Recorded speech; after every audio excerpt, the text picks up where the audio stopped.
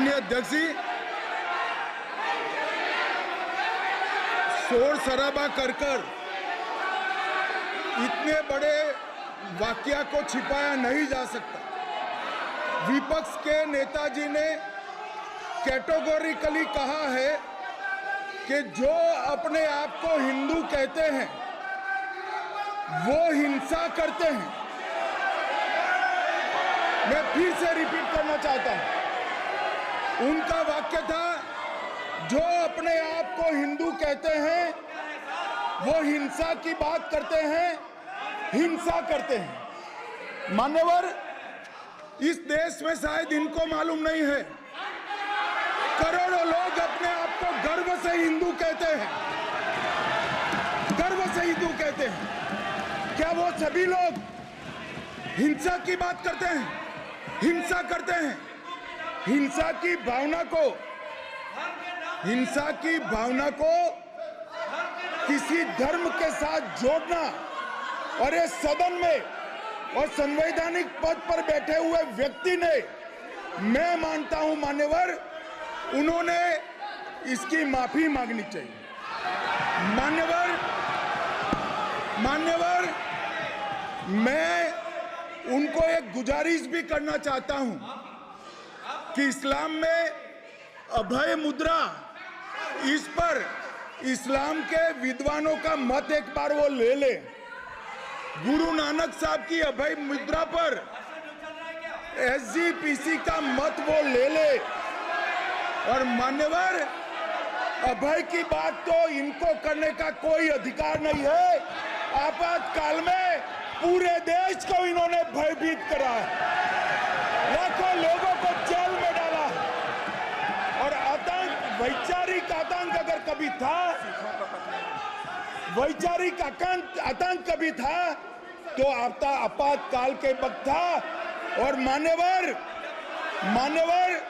दिल्ली में दिन दहाड़े हजारों सिख भाइयों का कत्लेआम उनके शासन में हुआ। आज वो भय की बात कर रहे हैं। मान्यवर, मेरा आपसे आग्रह है कि श्री राहुल गांधी, नेता प्रतिपक्ष, पहला भाषण होने के बावजूद माफी मांगनी चाहिए, न केवल सदन, पूरे देश की माफी मांगनी चाहिए।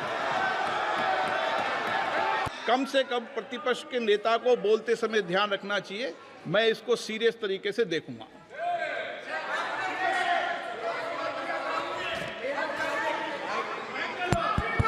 सर, अगर आप हिंदू धर्म के जो महापुरुष हैं, महापुरुष छोड़िए, अगर आप शिव जी को देखें तो क्या हो रहा है सर?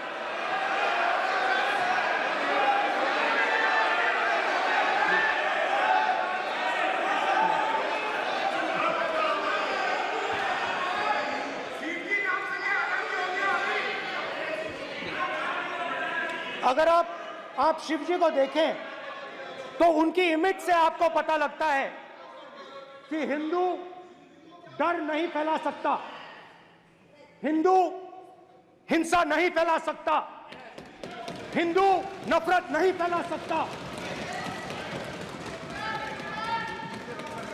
और बीजेपी 24 घंटा नफरत, हिंसा, नफरत, हिंसा, नफरत, हिंसा। स्पीकर सर, कहां तक इन्होंने डर फैला दिया है?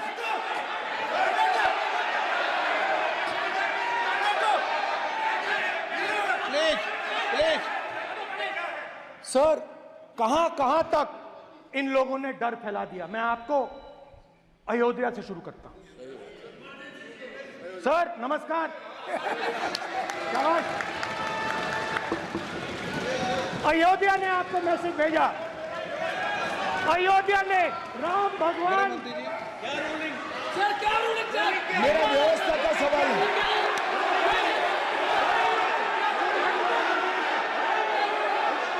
इस सदन के नियमों की पुस्तिका इससे कुछ सदस्यों को क्या मुक्ति दे दी गई है? आपके गाइडेंस के बाद भी बार बार तस्वीर बताना, पूरे बीजेपी को हिंसा कर रही है ऐसे कहना, खड़े होकर एक दूसरे के बीच में हस्तधून करना, सारे नियम इनको लागू नहीं होते हैं। नियम मालूम नहीं है तो ट्यूशन रख ले साहब, सदन इस तरह से नहीं चल सकता है। ये सदन, मेरा आपसे आग्रह है कि ये सदन ऑर्डर में रहना चाहिए, नियमों के अनुसार रहना चाहिए। ये हम सभी सदस्यों का आपसे विनंती है। स्पीकर सर, एक मिनट प्लीज। माननीय सदस्यगण, आप ही किताब राम बताएं। भगवान की तो जन्मभूमि ये ने अपेक्षा करता हूं कि अपन बीजेपी इसके नियम प्रक्रिया चले। नो, सब चले। नो, आपने बताया था नियम। नो,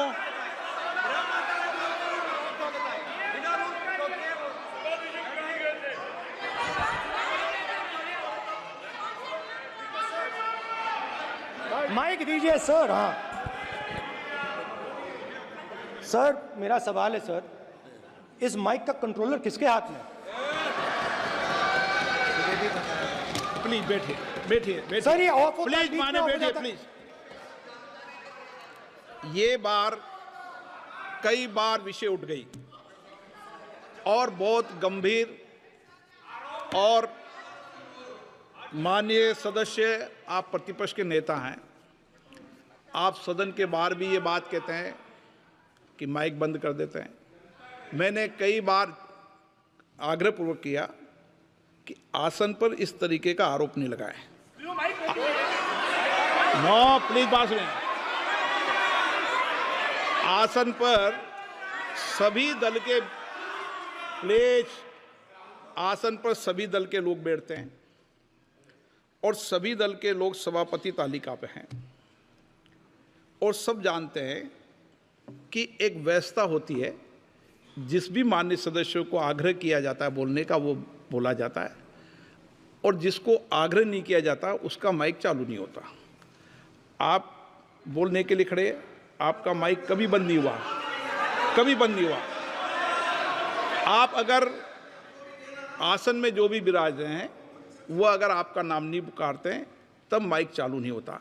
ये व्यवस्था हमेशा इस सदन की रही है, पुराने में भी और नए में भी। कभी आसन पे व्यक्ति पर माइक का कंट्रोल नहीं होता। दूसरा,